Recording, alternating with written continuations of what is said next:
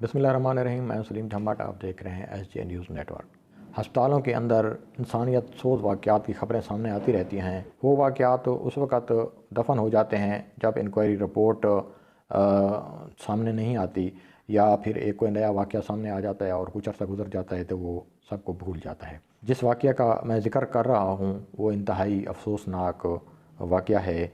ये गुज़श्ता रोज़ वाक़या पेश आया जब इंकशाफ हुआ कि निश्तर हस्पताल की छत पर सैकड़ों की तादाद में डेड बॉडीज़ पड़ी हुई हैं।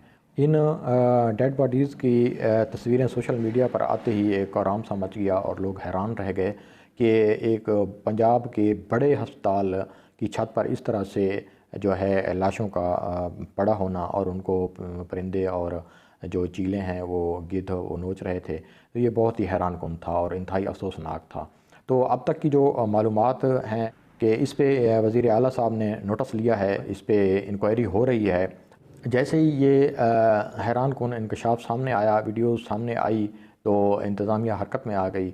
और इस हस्पताल इंतज़ामिया जो है उसका इस हवाले से ये कहना है कि जो नामालूम डेड बॉडीज़ होती हैं जिनकी शिनाख्त नहीं होती, उनको कुछ अर्सा तक तो हॉस्पिटल के अंदर रखा जाता है।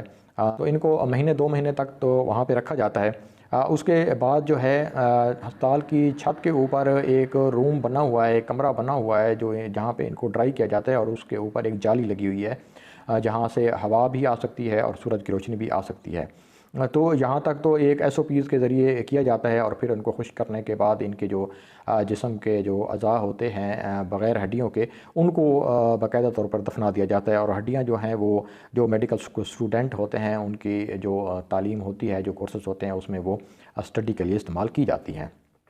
लेकिन यहाँ पे सवाल ये पैदा होता है कि ये जो डेड बॉडीज़ थी ये उस रूम के अंदर नहीं थी, बल्कि ये ओपन छत के ऊपर बिखरी पड़ी थी।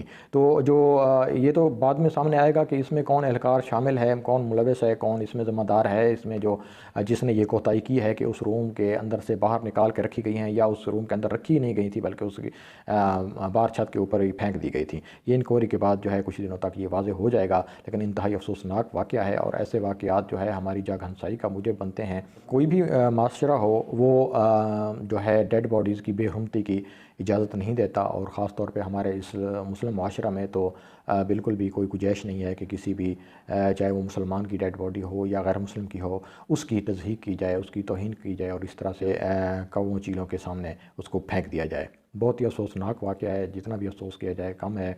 जैसे ही ये इंक्वायरी रिपोर्ट आई इसके बाद फिर हम आपको एक इसकी नई अपडेट देंगे कि इसका ज़िम्मेदार कौन है। अब तक इतना ही।